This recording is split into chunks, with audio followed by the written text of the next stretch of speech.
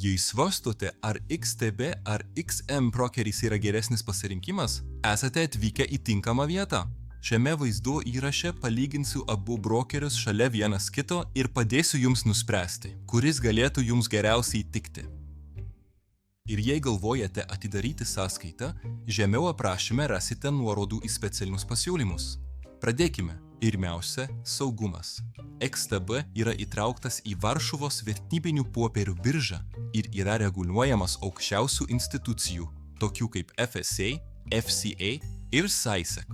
Klientų lėšos yra laikomos atskiruose sąskaitose, o tai, kad XTB yra viešoji įmonė, suteikia dar didesnį skaidrumo lygį.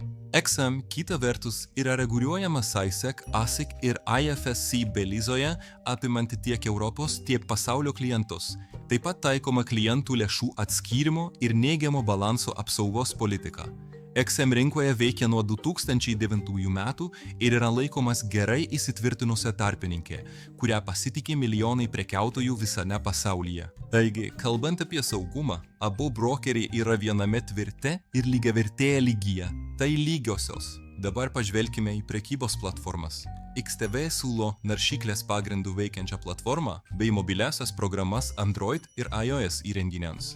Ji veikia sklandžiai ir suteikia prieigą prie visų klasikinių prekybos įrankių, techninės analizės, rodiklių, brėžimo įrankių ir strategijos kūrimo. Norėdami atidaryti poziciją, tiesiog pasirinkite turtą, dešiniuoju pelės mygtuku spustelėkite ir pasirinkite naujas užsakymas.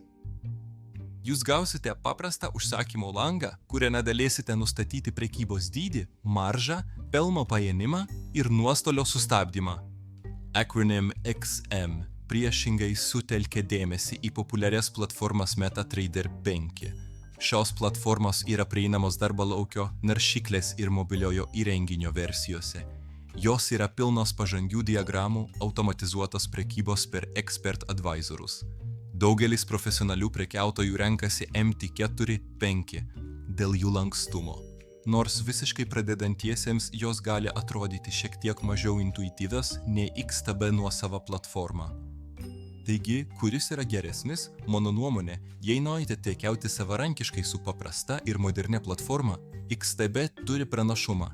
Bet jei jums labiau patinka MetaTrader ir automatizuotos strategijos, XM gali būti tinkamesnis pasirinkimas. Kitas, pakalbėkime apie indėlius ir išėmimus. XTB tiesiog perjungiama į tikrąjį savo sąskaitą ir spustelėkite oranžinį mygtuką apatinėme kairiajame kampe. Galite įnešti pinigus kortele, banko pavedimu arba vietiniais mokėjimo būdais, priklausomai nuo jūsų šalies. Nėra oficialios minimalios indėlio sumos, tačiau realistiškai patarčiau pradėti nuo mažiausiai 200 ODS-tų. XM įnešimo procesas taip pat yra paprastas. Galite naudoti kortelę, banko pavedimą arba elektroninės piniginės, tokias kaip Skrill ir Netelė. Minimalus įnašas yra tik 5 USD, todėl XM yra vienas iš prieinamiausių brokerių pradedantiesiems. Išėmimai dažniausiai yra nemokami, o apdorojimo laikai yra gana greiti. Stebėt čia turi pranašumą, nes leidžia atidaryti sąskaitą daugiau valiutų. Tai reiškia, kad sutaupote konversijos mokesčius. Tai mus veda prie mokesčių. XTB yra vienas iš pigiausių brokerių rinkoje. Spredai euro-USD poroje prasideda nuo 0,1 punkto, vidutiniškai apie 0,8. Akcijos ir ETF yra be komisijos iki 100 000 eurų per mėnesį, o virš šio limito mokate tik 0,2%.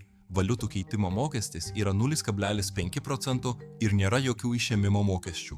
XM taip pat siūlo konkurencingus plėtimus, pradedant nuo 0,6 punkto pagrindinėse porose, priklausomai nuo sąskaitos tipo.